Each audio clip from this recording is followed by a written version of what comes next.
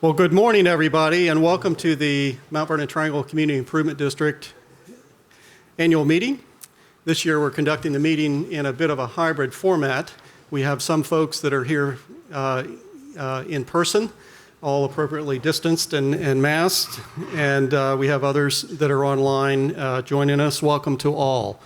I'm just glad that I'm able to participate in this presentation so that I can take my mask off. That's the biggest thing I'm excited about.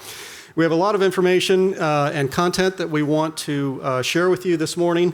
In a few minutes, you're going to hear a full report from our President and CEO, Kenyatta Robinson, summarizing the CID's incredible work over the course of the last year. Like all organizations, we had to quickly adapt to an evolving set of circumstances in response to the pandemic and some civil unrest, all the while ensuring that our staff was safe. We maintained a steady focus on the CID's chief mission of serving the community through its clean and safe initiatives, and we continue to pursue a number of long-term objectives that are part of our strategic plan. As we walk through the agenda this morning, I hope you'll find that we checked all the boxes and then some during a rather challenging period of time. Our gains on behalf of the Mount Vernon Triangle community and the progress we've made in the last year are the result of the hard work and dedication of so many people who have contributed in countless ways. Some of these people are out front, very public leaders. Some others are more behind-the-scenes leaders, but each has helped mold the Mount Vernon Triangle into the superlative neighborhood and community that it is. We're going to recognize and honor a few of these folks today, but before we do that, I want to invite our hosts, Eric and from the AC Hotel and Vinoda, who operates the space that we're in, to come up and welcome you as well. Gentlemen.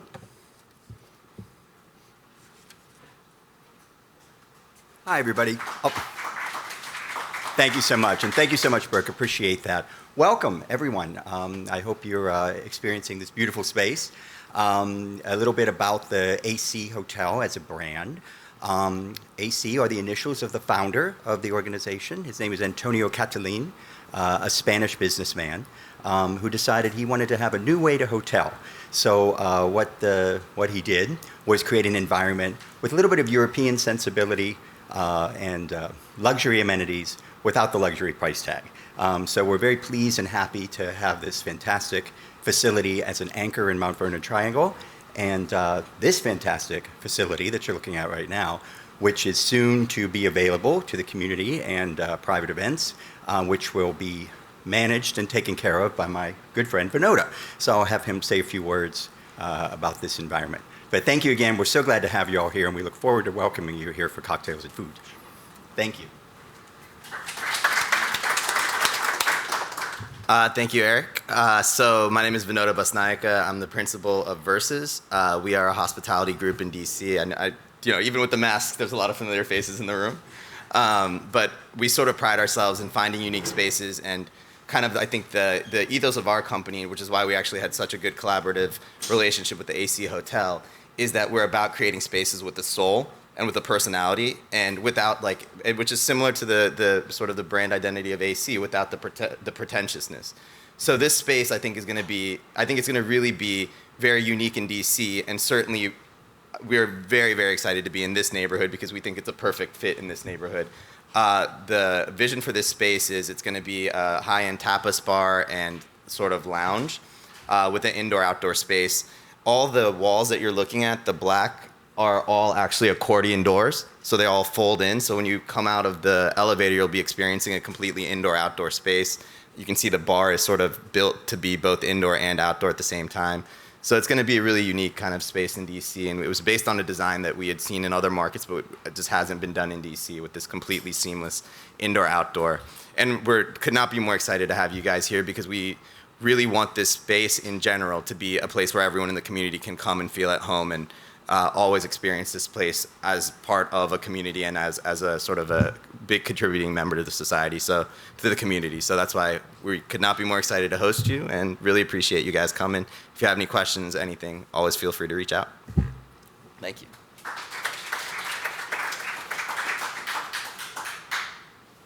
When day comes, we ask ourselves, where can we find light in this never-ending shade? the loss we carry, a sea we must wade. We've braved the belly of the beast. One of the owner's reps of this property asking if I would like to take a progress tour of this new restaurant they were building out called Delina. He put the boards up around the time of the January 6th insurrection activity. I knew right away what I wanted the art to be themed around. Now is the time to make real the promises of democracy. I didn't know how to express it or visualize it, but I did know the team that could, paints. And so I gave John a call, not only with MLK Day, but the inauguration of America's first female vice president of color. Kamala Harris. And this is actually a shot of her during her Vogue photo shoot with photographer Tyler Mitchell. In the norms and notions of what just isn't always just is. We got the owner comfortable with the idea that the art couldn't be dictated. It had to be an expression of what the artists were feeling in that moment. And yet the dawn is ours before we knew it. Somehow we do it. Somehow we've weathered and witnessed a nation that isn't broken. The work definitely exceeded my wildest expectations. With the quiet concentration of an artist. Artist Levi Robinson has a sense of what Dr. Martin Luther King Jr. would say. I've always felt that art could be a great way to start to build that identity for not just the people here in the community, which gives people who live here a sense of pride of their community, but then also others, and make the neighborhood a destination. My board chairman, since I've had this job, has pressed me repeatedly on doing more art in the neighborhood. When I shared this project with him, he said, I can't count the number of times he said yes. And so we lift our gazes not to what stands between us, but what stands before us. I think art can be and is a great driver of economic development. It gives that sort of place and identity that's much larger than just the immediate community. And I think this project has the potential to do just that as well. I want to welcome everyone to Mount Vernon Triangle, a community with a rich history and equally exciting future. For there is always light if only we're brave enough to see it, if only we're brave enough to be it.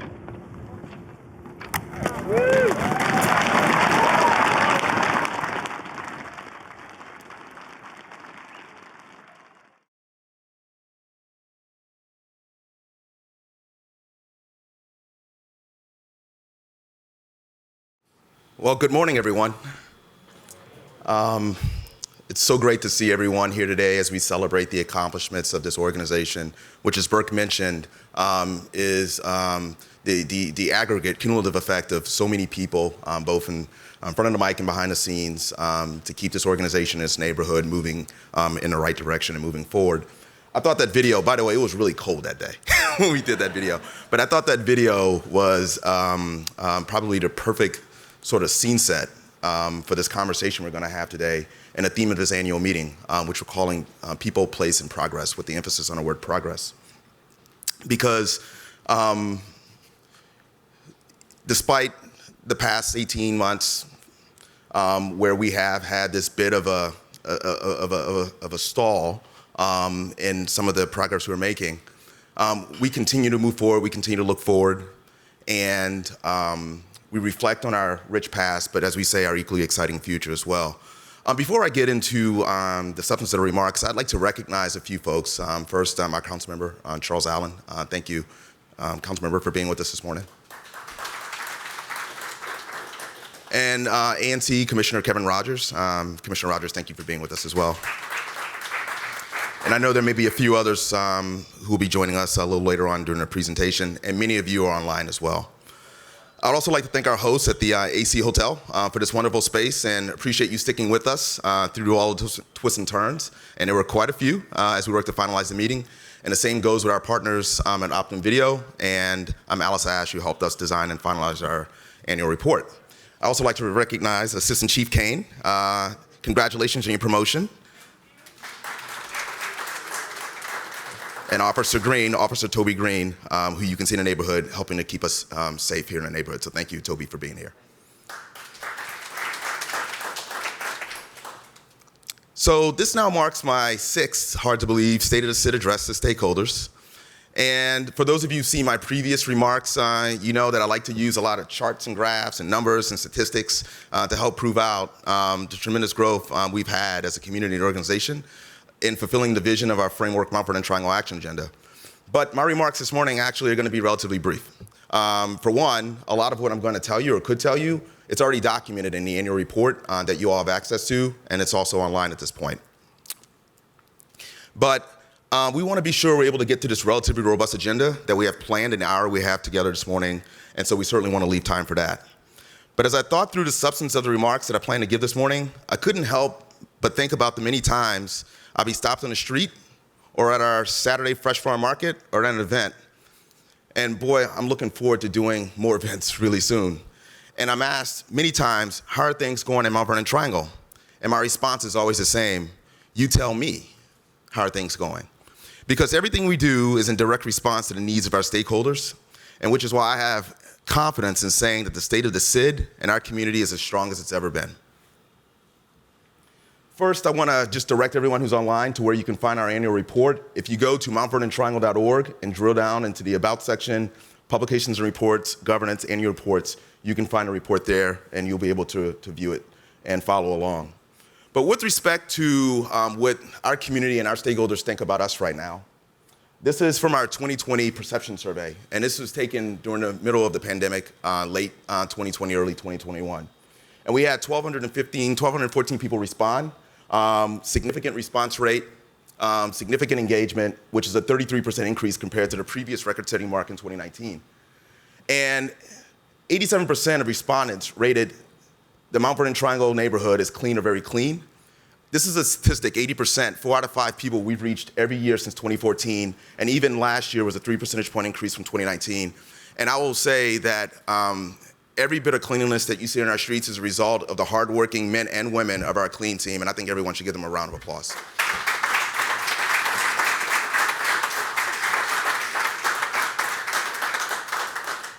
Moreover, 2/3 of respondents rated the neighborhood as safe or very safe.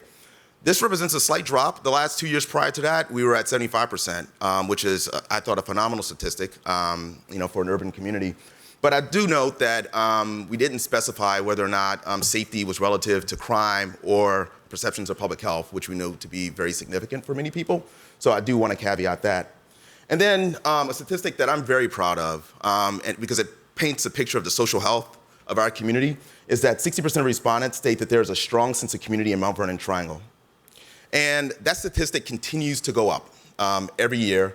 We reached 50% about 2 years ago, and it continues to go up. And I'd like to thank, it's because of everything we did to help keep our community together during the pandemic, using our rallying cry, which was MVT Together, which you'll see in all of our communications repeatedly as we talk about the ethos of who we are and what we're all about. So that was the past. We're talking about progress today, and we're looking forward. And so I want to talk about a couple of initiatives, a few initiatives here that we're working on as an organization to help paint that brighter picture as we continue to move forward. In all of your packets, for those of you in the room and online, you can get there. We've launched an MVT Together Fund. That fund is designed to help our businesses with the recovery and relaunch by providing microgrants to our local businesses as they look to reopen.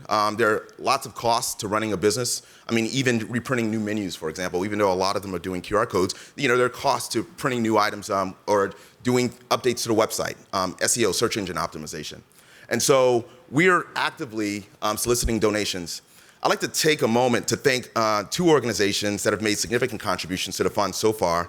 The first being Abby Elbaum and Ogden Cap Partners, the owners of 450K Apartments, which donated $3,500 to the fund. And Carlos and Meme Horcasitas, owners of Delania Restaurant, who donated $3,000 to the fund. And we've received scores of other donations, some small, $5, $10, some a bit larger, $500. And so I would encourage everyone to please go go to the website and donate whatever you can to the fund so that we can begin awarding these micro grants to our deserving businesses as they seek to recover and relaunch from the effects of COVID-19. The second thing I want to talk to you about is strategic plan update. And this was an organizational effort during the middle of the pandemic. It was all on Zoom over multiple days with a lot of prep work. It was tiring. But out of it came MVT progress and 4 goals that we're pursuing now for the next 3-4 years. And the first goal is around brand identity and destination. The second is around business attraction and retention. The third, public space operations and services. And the fourth, governance and organizational continuity. And below that, there are various tactics associated with those 4 major goals. We'll continue to keep stakeholders updated as to our progress against those goals. So please stay tuned and keep visiting our website for information regarding that. And then the third thing I want to talk about, and this is a game change for this community, we talk about being responsive to the needs of our stakeholders. And one of the things we've heard repeatedly over the years, I came here in 2016, it was discussed even prior to that, and that is we have great buildings, buildings with awesome amenities, we have a convenient location, but as we continue to grow, we don't have a place to go out and sort of spread our arms and relax. We don't have green space here in this community. And it's really stark when you look at it from an aerial view and see all the density that's come into the neighborhood over the 15, 20 years, but no parallel growth in green space. And so we've worked as an organization and with our partners within city government and on the council to lead a community-led reactivation of Cobb Park because our residents and our stakeholders have told us repeatedly that there is not enough green space in this community. And we've already had $650,000 allocated in the budget for many years to help lead that phase 1 reactivation. But our goal and our vision for the space is really much larger. We really want this to be a convening place, a place where everyone from all walks of our community, from the suits to the kids, can all be in this space. And through the hard work and efforts and support of our council member, Charles Allen, and Chairman Mendelson as well, and the committee as a whole, we were able to have $1.5 million added to the district's FY22 capital budget, which begins October 1st, to give us a little over $2 million to do a very robust and significant reactivation of Cobb Park. That is a significant change and update for our community. Our community is excited about this project, and we look forward to working with all of you to help realize the vision for what Cobb Park can ultimately be. This is, we consider it a down payment. We're going to continue to try to add to this space to make it a really great civic space. So I think this is a perfect opportunity to segue into the keynote conversation. And I happen to have an opportunity to warrior in on a conversation led by a friend of mine, Larissa Ortiz. She's with Street Sense and also a New York City planning commissioner with one of the preeminent landscape architects of our time, a gentleman by the name of Walter Hood. He's actually out in Oakland. So we were looking at it on Zoom and I was just sort of listening in. And I thought that this would be a terrific opportunity to talk about green spaces and open spaces and their importance to communities. And also here's some other little tidbits that we're going to consider, I'm going to consider, and I want all of us to consider as we continue to push forward on the Cobb Park effort and other public space efforts in this community. And so with that being said, it's going to be about a 20-minute conversation. So hopefully everyone will enjoy it and just sit back and take in everything that Walter and Larissa have to say. Well, Walter, thank you for joining us. And it's really a genuine honor to have this conversation with you. You come really with a tremendous amount of experience and insight. Of course, your recognition by MacArthur really has highlighted the work that you do. So, as someone who really looks at downtown environments, I'm excited to have this conversation with you. It's a pleasure to be with you, and your experiences are wonderfully sort of connected to some of my experiences as well. My first job I actually had was in Washington, D.C. for the National Capital Planning. So I know D.C. very well. I didn't stay there that long, and now I'm working there. Downtowns are an incredible mix of people and constituents and constituencies, people of different ethnicities, races, classes, financial backgrounds, and the places that they inhabit really have to be designed with multiple users in mind. And so I'm curious what role you think public art and landscape architecture in particular play in creating a shared experience, and how can it overcome the divides that often split people apart? The question that you bring up, I mean, I think it's, public space, the spaces that we share are the most democratic, how can I say, environments that we have in this country. And so to not invest in them begins to suggest that we don't really believe in democracy to a certain degree, which is a kind of a shared experience for all people. And when we think of public, the public is really about people. And I think the first thing that we're beginning to sort of deal with now with, post-COVID, this sort of civil rights moment is, how do we talk about the 20th century as a time where we spent a lot of capital to live separately, right? And we did that through planning. We did that through, a lot of choice, but we created these institutions that literally allowed us to exist separately. And then over the last 50 years, we've tried to figure out a way to live together, but we haven't created any new institutions to do that, if you think about it. So the public spaces are that test to a certain degree, right? I mean, it's the places that we're seeing. In the 80s, we saw the rise in homelessness, right? And again, from a lot of brown people and white people as well, but this notion that class all of a sudden shifted, right? How we actually think about class. And so again, poor and poverty, we kind of look at that again as something really separate that we don't want to somehow make a part of our public realm. 20 years ago, we did a project here in Oakland called Lafayette Square, and we advocated, we said, we have to look at poor people as well as rich people. And we had this idea, it's like, we want to have the suits meeting with the common folk. And of course, it didn't happen, but that didn't stop us from investing in restrooms. And those restrooms are still there today, 20 years. It's the only public restroom in the city, which begins to tell you, it's like, we're not then thinking about those things, right? We're not thinking about ways in which we can take care of, I don't want to use the term diversity, but the different people who are in the public realm, which is different than diversity, right? Difference will force us to make different decisions versus diversity. We just change the color of things. So I do think, I'm optimistic, but I do think we have to take chances. We have to take chances that we're not taking.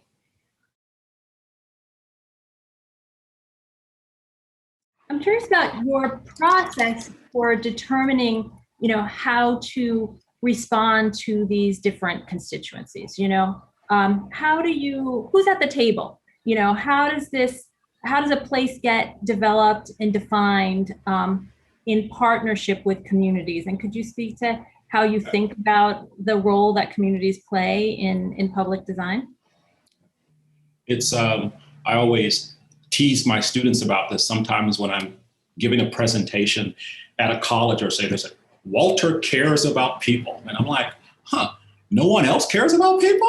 So it's almost like this subtext. So he does participatory work. And I think that's the work that we have to do. I mean, again, I talked about the mid 20th century, but when we think of urban renewal, these are moments when people were not involved in deciding how to create their community. It was a top-down decision-making, eminent domain, freeways and all of that. And so there's a lot of distrust in community. And so if I go into a community and go, oh, we're gonna get something new, people are not trustful that they're gonna be part of the process. And what we've,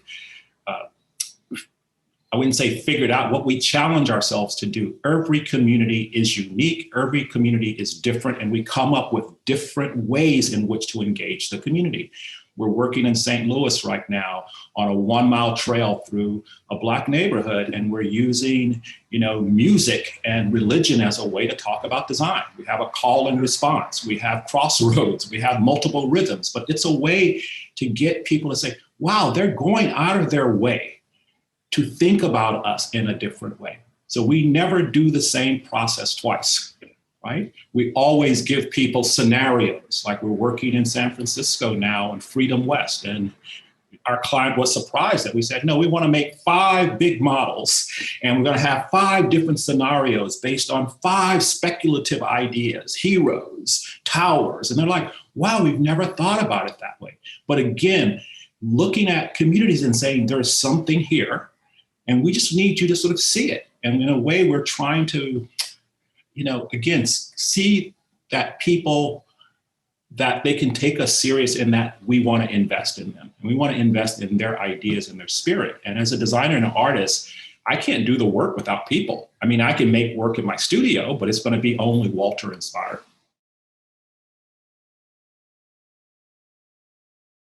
Having worked in the public sector for so many years, often participation is about checking a box. It's not necessarily meaningful. You want to go out, say you did it. And do you have any strategies or suggestions for how to make that participation meaningful? You have to treat it like it's the first time. You can't take something from somewhere else and bring it here. And that's my critique about placemaking and these other terminologies that we use. Placemaking suggests there's nothing there, and therefore I have to bring something in. If I go to the environment, something has always happened in a place, right? Like if I think of DC, DC is a mythical city, right? It lives on a fiction, right? Its fiction is it's a city on the hill. It's a city in a swamp. But through that fiction, it's able to sort of create this identity that's actually harmful in some ways to its future, and also, I think, harmful to some people. It's demographic. I know I teach about the alley dwellings in the early part of the 20th century. Southern African Americans came to DC for work, and they lived in these amazing alleys, and they were segregated. Those alley dwellings today are worth millions of dollars, some of these. But that recognition, right, is part of a different kind of story. And so I think every time we meet with the community, we have to show that we're looking at them. And that's through the history, that's through these fictions, but it's very particular to place. And even within a city, places are different within a city. So if you got Northwest, Southwest, very different places.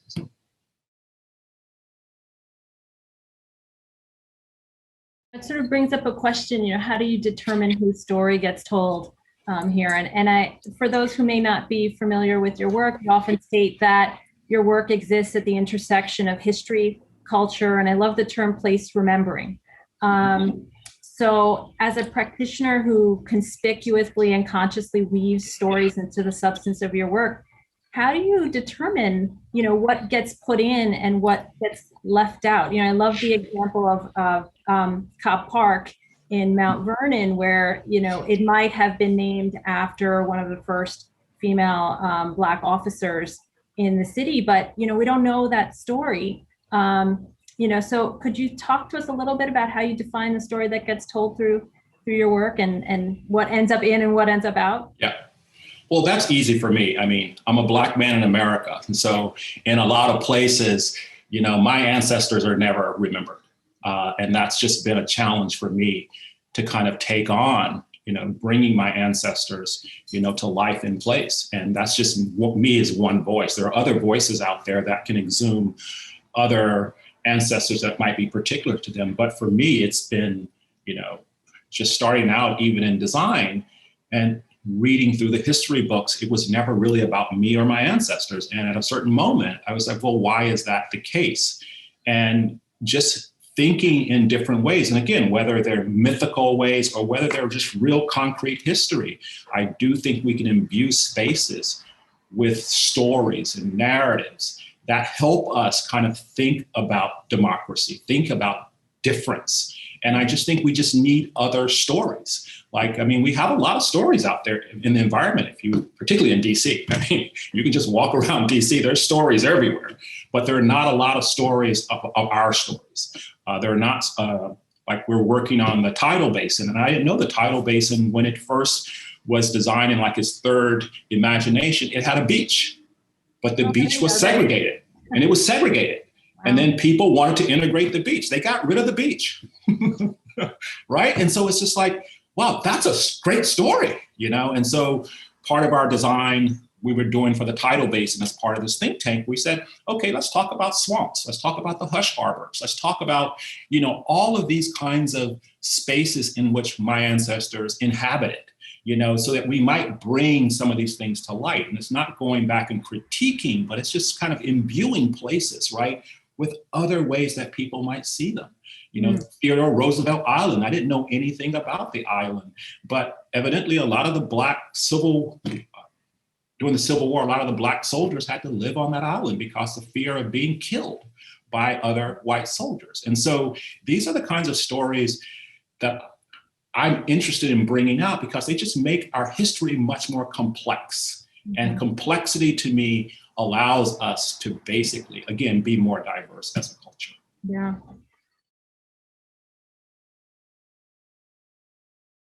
Sort of another area I wanted to dig into, neighborhood change, what some people call gentrification. I don't like to use that word really because it means so many different things to different people. It's often a pejorative, but we know urban places change, and we know the decisions that we make to invest in those places, to develop policies for those places affects that. In my role as a city planning commissioner, we for the city of New York, we're often in a position to approve rezonings and investments in neighborhoods that sometimes people see as a harbinger of displacement. And often, wonderful new park and wonderful new public space is seen as a sign that displacement is coming.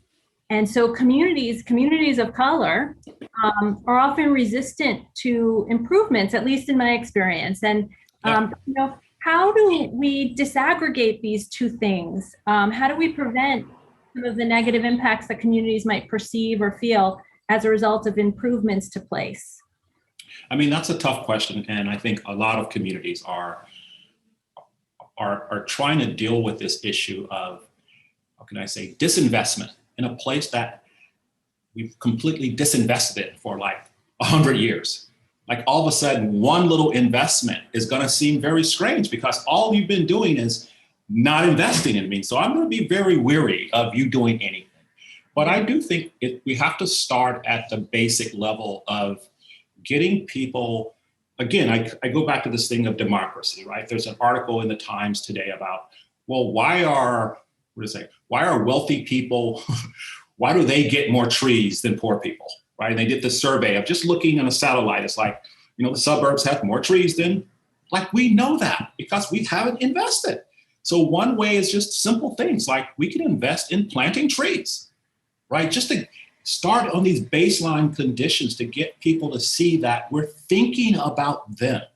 And I don't think that planting trees are going to gentrify my neighborhood, but I want you to come in and plant them, how can I say, with a reason, with force. Don't come and plant 3 trees, plant 1,000 trees, right? And so these are the simple things that we're trying to do. The other piece is, as we invest, even in these small things, we have to think about how to get people who are there, how to make sure that they get something out of those investments. And so certain strategies that we're looking at here is subsidizing first-time homeowners in certain places for triplexes, right? So that you can basically get a subsidy to buy a triplex that will give you added income in your single family, which was a single family dwelling, which will allow you then to accrue capital on your investment. And that's one of the biggest things that we see in our neighborhoods is that by not investing in those neighborhoods, the value then of that real estate has actually devalued. So people who've lived there for 30, 40 years, their land is actually devalued for them until those improvements come back in. I've been living in West Oakland now. My office has been here 25 years, and people have been saying it's gentrifying. And one of the issues I have with the nonprofits on my block, they're all, how can I say, faith-based, service-based nonprofits, and they can't see bringing market rate into my neighborhood. And for 25 years, there's been no investment. And all of a sudden, they're building more subsidized housing. And then they have retail at the bottom. And you go like, well, who's going to be in that retail, right? And so who are you really serving? And so I think we have to think about these things in a more diverse way, but we have to make sure people who are there get equity in some way. And I think people just need to see it. Yeah. You're talking retail, you're talking my language. Well, it behooves me. It behooves me. Like, there is a wonderful historic building, on my block, and it's an SRO, but it has this amazing cultural history because during segregation, it was the only places where, people could come and sing Aretha Franklin and things like that. So instead of like using that as an asset, it's almost as if that's not that important. And these other things are important. And all I just hope is that we can somehow figure out how to leverage these things together. Yeah. We have time for sort of one more series of questions. And I wanted to really focus on something I see as very practical. The question of maintenance, and organizations like business improvement districts are often the ones providing enhanced maintenance for these wonderful places and spaces that are designed. So, how do you approach this question when you're working with clients who have to understand the resources and the commitment it takes to maintain wonderful spaces and places over time? Well, it's unfortunate that, collectively, we don't see, again, our parks and public spaces as something that we want to invest in collectively. And if you don't have a bid, if you don't have another nonprofit doing that, these places, there's just no money to do it. And so one thing that we try to work with in the beginning is to get cities, first of all, to see that these investments are important long-term, and that if you don't have a department to do it, you've got to look at the budget, and you got to have that money to take care of it. And we're always looking at over 10, 15-year period of time of what those improvements are going to be. Unfortunately, in a lot of neighborhoods of brown and black people, this idea of low maintenance becomes so prominent that it takes everything out. So you see our environments are made of concrete, asphalt, those kinds of things, because people are going, it's no low maintenance. And what we try to get people to think about is low maintenance is not through the materials. It's actually through how you actually think of the space. So if I go back to Lafayette Square, right? 25 years ago, the space is still there, held together. But what we did was we wanted to make sure that the materials that we use were not the standardized. So we use stone. Stone is something that's going to be here for a long time. So we use materials in a way so that we thought about, okay, if it's not going to get taken care of at this level, we want a patina at least, right? And so there's another way to kind of think about how you care for things. And I always think about Europe or other age-old places where you go to, where kind of, aging is part of the process. In America, we like stuff shiny all the time. Right. And I just think if you just have that different ethic in how you think about things, and so I use the term messy, sometimes landscapes need to be messy to a certain degree. And so that helps in trying to imagine, how to care for places. Mm-hmm. Well, Walter, I think that's our time. Well, I hope I answered your questions, all of them. They're very complex. I think all of these things are very complex. And I struggle with what are those new things that we can do out in the world that can bring us together. And I think, maybe this generation will allow those things to happen. But I just think we can't just keep building parks, keep building, streets and expect people, to kind of play together. I think we have to really do things that, get people to see that we have a future together, right? And I think those are through these new stories that we tell, through these new mythologies that we can do, through these new ways we can dream about space collectively. Yeah. Well, thank you, Walter. I really appreciate your time, and I hope we have a chance to connect again. Sounds great. I'm sure we will, Larissa. And this was a pleasure. This was my pleasure. Thank you. Wasn't that phenomenal?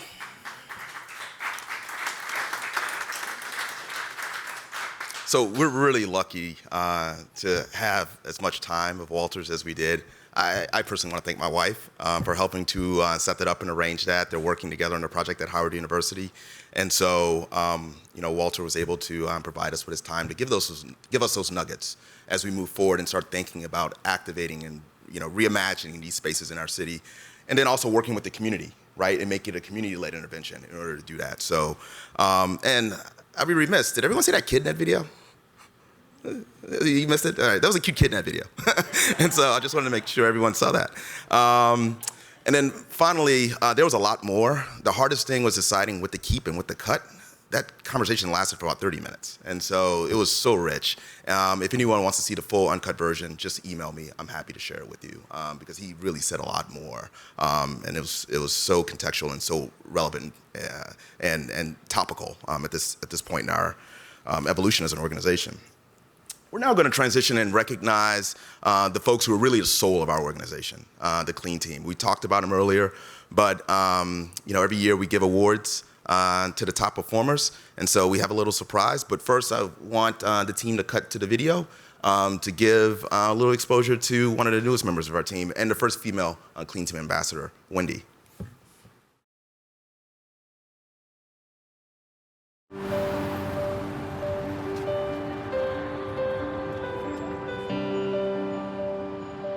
My name is Wendy Young, and I'm from Washington, D.C.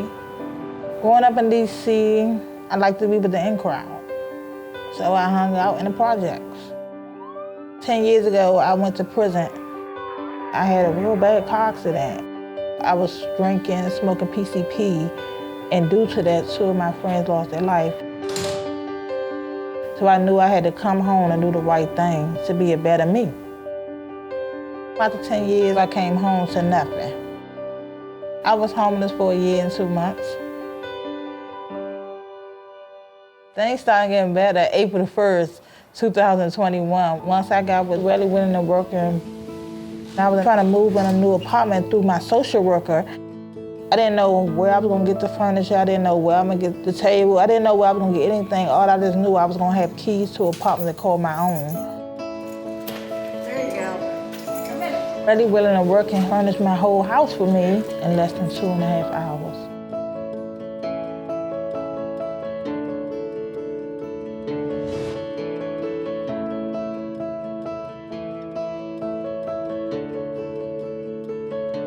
I thought I was dreaming. I don't know, I never cried, but I wanted to cry. I'm mentally stable today. I'm just free.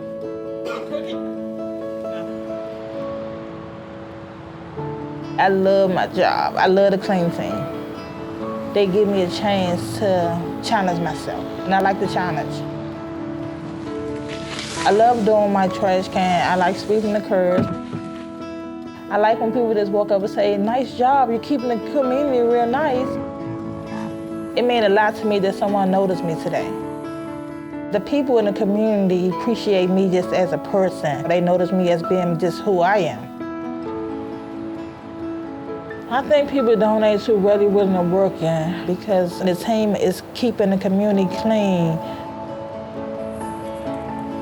If it's an accident or if it's somebody breaking, the team is there to report it, and the people notice that. Ready Willing to Working is helping everyone to become successful. We're not just maintenance people, we are people, and they've shown us that they really appreciate our work. Ready Willing to Working really, really pays off. I'm never going to let them down.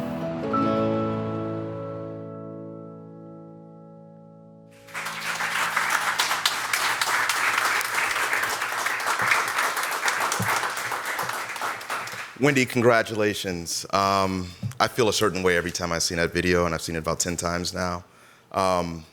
We are so immensely proud of everyone in our team and everything that they do for us every day.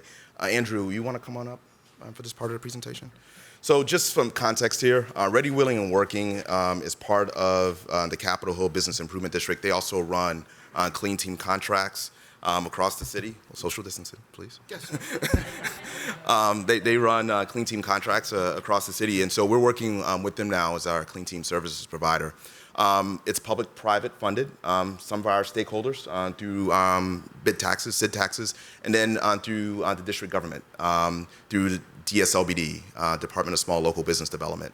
And so through those two sources of funds, we're able to provide living wage pay, benefits, 401k, life insurance, supportive services, a meeting once a week with a supportive services counselor, free metro benefits to come to work, food at work, and so everything they need, they have access to, and hopefully, it never feels like it's enough to thank them for everything they do, but it's the least that we can do. And I did receive preliminary indication yesterday that the district council, so thank you, Councilmember Allen and others, have funded again the clean team programs in next year's district budget, and so we're set to receive another allotment of funding to help support these individuals who work so very hard for us. And so with this part of the program, Andrew, I'd like for you to be here as we present these awards. And in the past, we've given 3 distinct awards. We've given Certificate of Appreciation, we've given Clean Team Ambassador of the Year, and Outstanding Performance Award. And the one thing I'm gonna say with respect to that is this year it's about the 3 Ps, right? It's about people, place, progress. But if there was a 4th P, it was about presence. Because since the start of this pandemic, these individuals have been in this neighborhood every day, working hard to keep an extra set of eyes on the streets, to keep our streets clean, to keep snow off of our sidewalks, some of whom spent nights at this hotel and the other hotel to be here so that when snow fell the next morning, they were here to help get it off the sidewalks. I'll come to the neighborhood on weekends, sometimes really early in the morning, they're out there. Or when I'm coming to work, sometimes 7:30 in the morning, they're out there. They've already done their routes, the bags are ready to go. And so we thought it was appropriate this year, and this was an organizational decision approved by the board of directors, to award each and every one of our clean team members all 3 awards. And so one at a time, I'm gonna call you all up. We're gonna take a group photo downstairs after the event, but I want you all to have these certificates, as well as an additional gift. And is Eric here? Why don't you come on up, Eric? Because I want to announce an additional gift that our friends at the AC Hotel would like to provide to you.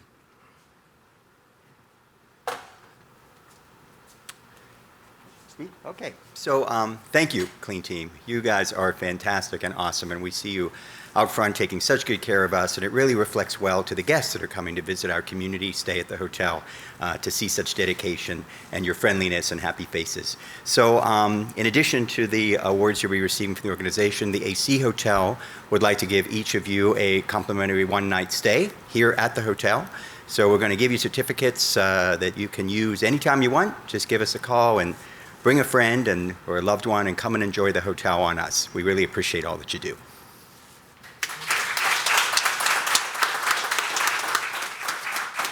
All right, so we want everyone out there to see you all, which is why we're calling you up one at a time. Because even though you do a lot of work behind the scenes, you deserve to be out front right now. So Steve Powell. Steve.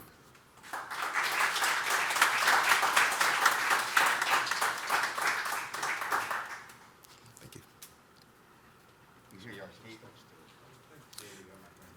Dewey Whitfield.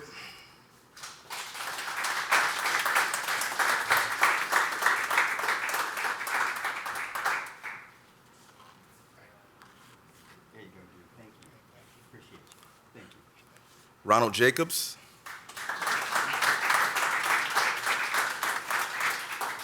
Affectionately known as Mr. Brown. I still don't know the story behind that, but one day I'll get it. He has like 7 different names. Wendy Young.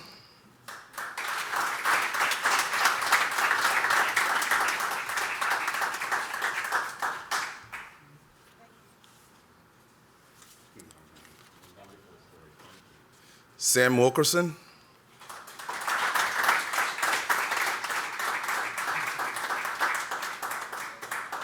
And Sam provides weekly support for our Fresh Farm Market. Sam is the soul of that market, making sure that market is up and running every week on time. So thank you, Sam. And then last but not least, the supervisor, Jimmy Carter. Jimmy?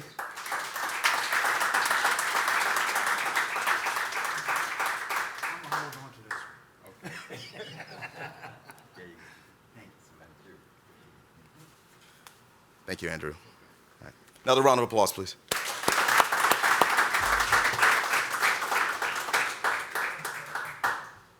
All right.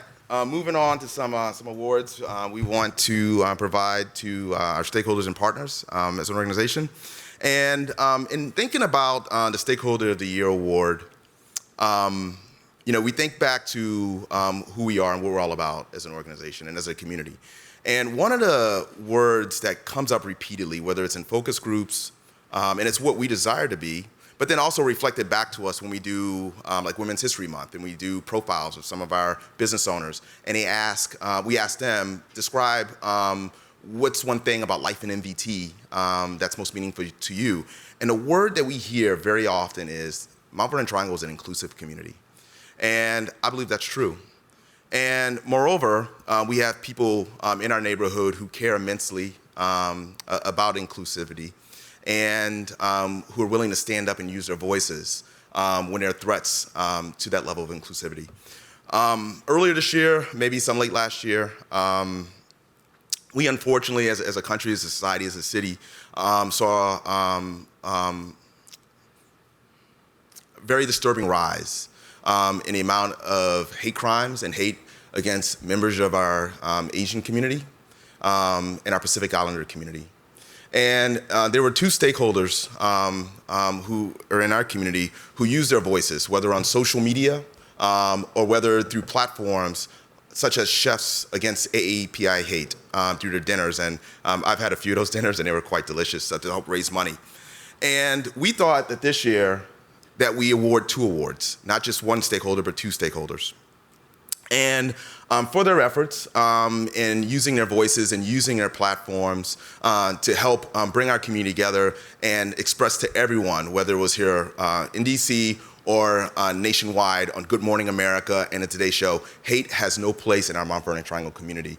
We want to recognize Chef Danny Lee of Mandu and many other ventures, and Chef Tim Ma of Lucky Danger and many other ventures. And so with us today is Chef Ma, who's able to accept the award for both himself and Danny. Danny's actually doing a shoot today with HBO, and his whole family is going to be there. So he unfortunately can't be here, but he was overwhelmed when we called, and I called him and we talked about him receiving an award. But we are glad that Chef Ma is able to be here. So Tim, why don't you come on up and accept the award on both of your behalves.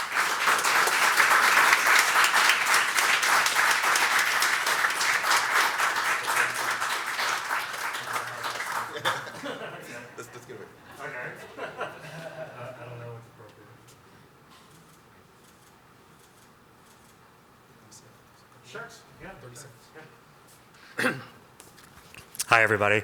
I'd like to thank the Mount Vernon Triangle Community Improvement District. You guys have been so welcoming, not just to like Lucky Danger as a business, but also to the support to our nonprofit. And I'd also like to thank Kevin Tian, who isn't here, who's my co-founder, who is the chef of Moon Rabbit down at the Intercon. And I'd also like to accept the award on behalf of Danny because I know he's like super honored by this and also very thankful. And my HBO shoot got canceled, so we'll let him go and do it, and I'll accept the award for him. So thank you all very much, and have a great day. Thank you.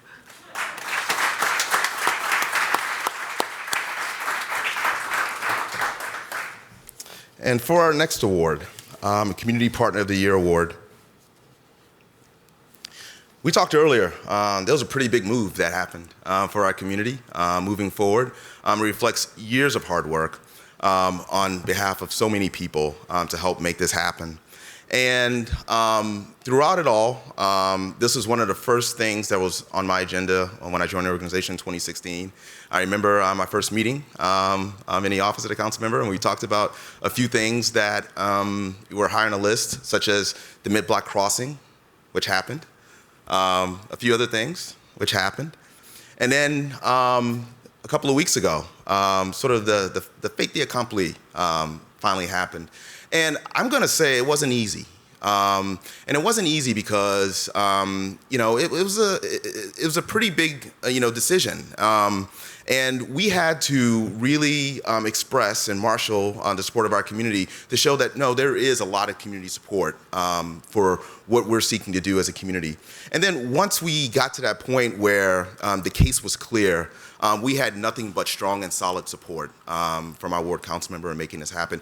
He's been a partner for me and our organization and this community on so many topics and so many issues, but this was a big one for us. And we know that we could not have done this without you.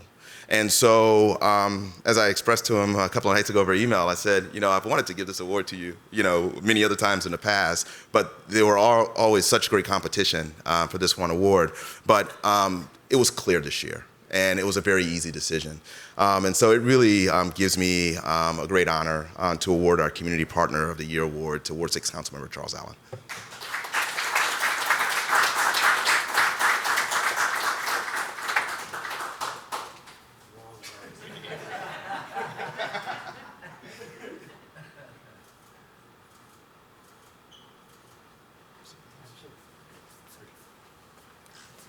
Wait, now I have to hold it. I want to put it here. Thank you so much, Kenyatta. I really appreciate it. And thanks to everybody. I want to start with a couple of just thanks and kudos, frankly, Kenyatta, to you and your team. There's a line, I can't remember, Burke, if you said this early on or not, but it was something about you just say yes. And I think that's true both of Kenyatta and of Burke and the board. You just never say no. And those are my kind of people. I really appreciate it. And that, to me, is a symbol of what this community does and what the CID does. In Ward 6, we actually have 6 bids.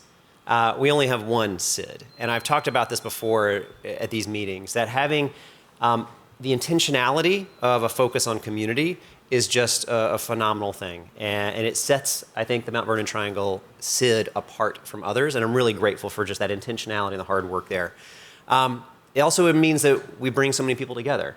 We've got 2 of our commissioners. See, Rochelle came here, Rochelle Nigro, and Commissioner Rogers, who do a phenomenal job of representing the community, but bring the community's voice to work every single day. I saw, and I still call her Commander Kane, but it's so exciting to see the 2 stars on her shoulder now, Chief Kane, and other officers that are here in the community that are on the ground, on the sidewalk. They know every business owner and build that strong relationship with the community. And then, of course, the men and women of our clean team who just do a phenomenal job. And Wendy, that was a great video. We're really excited. That was phenomenal. This is just a great space and a great part of our city, and I'm so proud of the work that you do. Now, very rarely, we joked about the fact that the mid-block crossing, we actually cut a ribbon. That's the only ribbon I've ever cut on a crosswalk, and that was exciting. But I got to tell you that Cobb Park is something that will be something that we all collectively leave as a legacy for everybody who comes behind us. I talk about the investments in public space, and listening to Walter, he's like my jam. Like, that was fantastic. Our public spaces, and we've remembered this more in the last year and a half than probably we have in a while, but investing in our public spaces really are the space that we come together. I love the way he talked about it, of democratizing our public spaces. You think about the different public parks that are so successful across our city. They are where you see the city come together. Black and white, young and old, east and west, north and south come together in these spaces, and that is what Cobb Park can be. It's also, though, that a park and a public investment is more than just the 4 corners of a building or the 4 corners of a park, or in this case, I guess, 3 corners of a park, because it's not static. It really, when it's done right, and I truly believe that it will be done right here, it is something that brings in, extends in, and brings the whole community together. And it's going to be an exciting thing for us to see. And I know it was mentioned in the video, but I guess we'll get to the bottom of it, but we feel pretty convinced that we know Cobb Park, of who it's named for. And Officer Gail Cobb was the first woman killed in the line of duty, first law enforcement officer in our country. Gail Cobb's parents actually live in Ward 6 and still live over in Rosedale. And we just last year named the street after Gail Cobb Way, and helping tell the story, tell the history of these spaces. That it's a way in which we both reflect and remember why something is important to us, but it also allows us to create what that future is and helps us really be able to think about the vision of this reimagined space that really will knit together our Mount Vernon Triangle community and our neighbors. And then the last thing I got to say is to all of our community stakeholders and residents, you have fought for it, and that makes a big difference. Being able to know as your council member that I've got a community that's going to go to bat and fight for something really helps. Because the worst thing you can do is, and I think we heard that in the keynote, is just kind of dropping an investment and walking away. You're never going to let anybody walk away from this. We're going to build something that truly brings our community together, that is this wonderful asset, and then we're going to fight for it every day to make sure that it represents the values of what we want, it is the space that we want, and it is the space the community so desperately needs, and how we move forward. So again, my thanks. I really appreciate it. Thank you for the honor and recognition. You can count on me every year, don't worry. But I really appreciate it, and to everybody who helps make the Mount Vernon Triangle so successful, both as the CID and as a community, thank you for all the hard work that you do. So thank you, Kenyatta.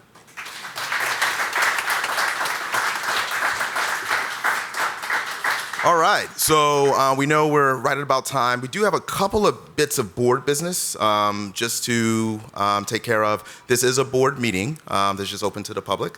And so we want to give you an overview of our financials and then talk about some updates to our board of directors. So first I'd like to ask Aubrey Stevenson, who's our board treasurer, just to give a quick high-level overview of some of the financials you see in the report there. And then Dr. Ivy Tolton is going to talk about some governance updates.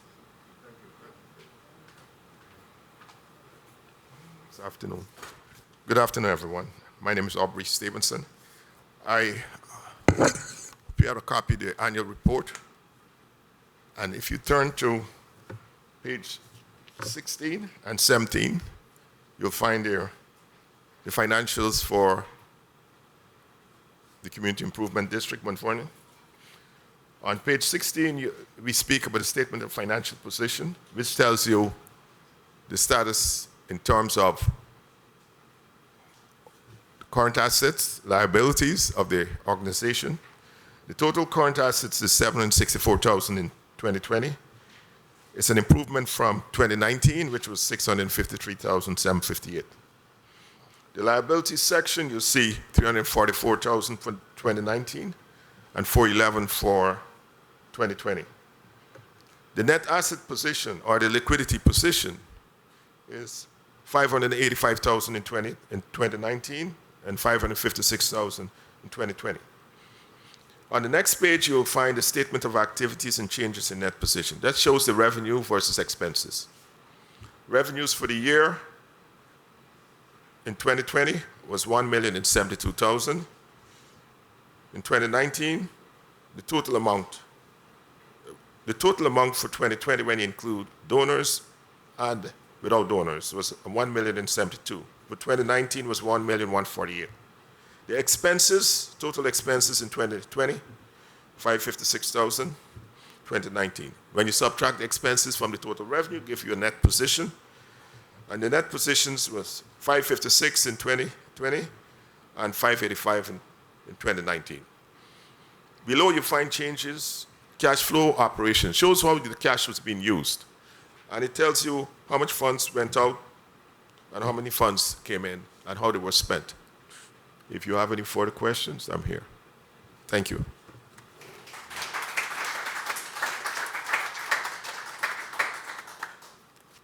Okay, good afternoon. It gives me great pleasure to present the results of the election for new and renewed board of directors. My name is Ivory Tolson. I've been on the board since 2007. That was the year my daughter was born, so I actually missed this meeting where I got elected because she had just been born a couple of weeks before.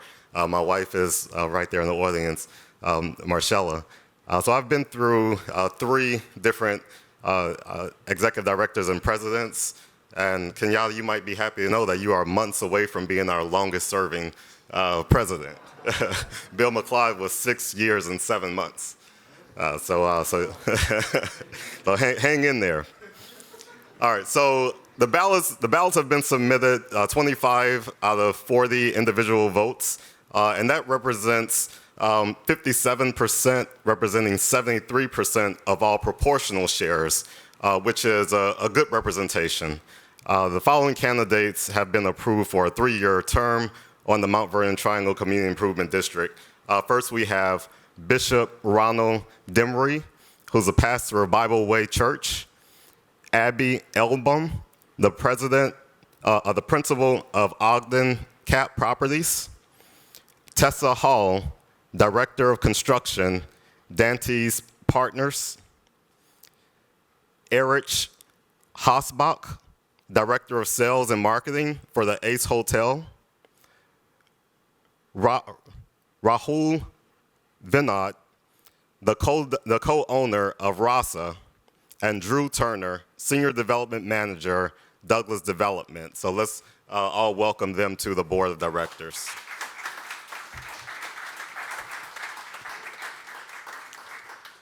The board also proposed an amendment to our bylaws, which we submitted for a vote. That amendment was also approved.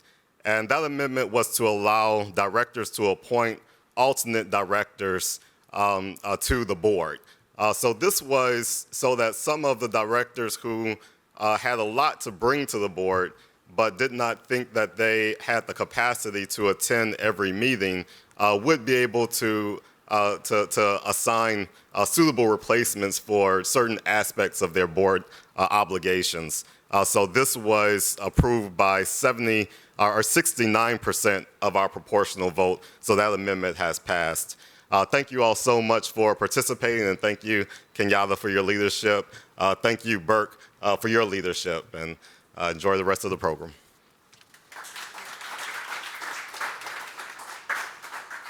So we're almost there. I just want to, 2 statements here.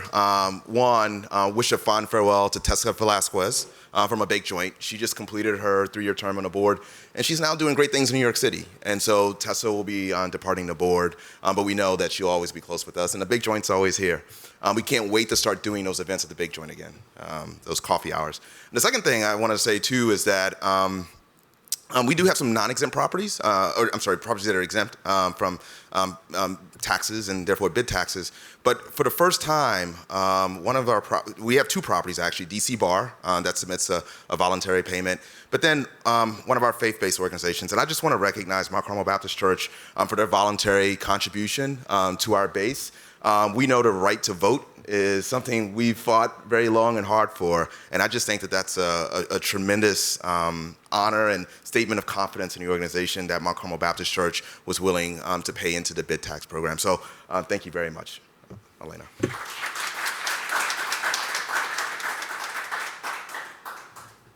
So I know we're running over a little bit. So as we close out this annual meeting, I want to express on behalf of the entire board, our appreciation to you, Kenyatta, for all of your team, for all of your relentless work on behalf of the community over the course of the last year. The one saying that comes to mind is, when the going gets tough, the tough get going. That has certainly been the case this last year, and we're most grateful to you for your hard work. It's also been a joy for many of us to work with so many of you side by side on various initiatives to improve the neighborhood during this past year, and we look forward to another year of great progress. And thank you for joining us today, and with that, we are adjourned. Thank you.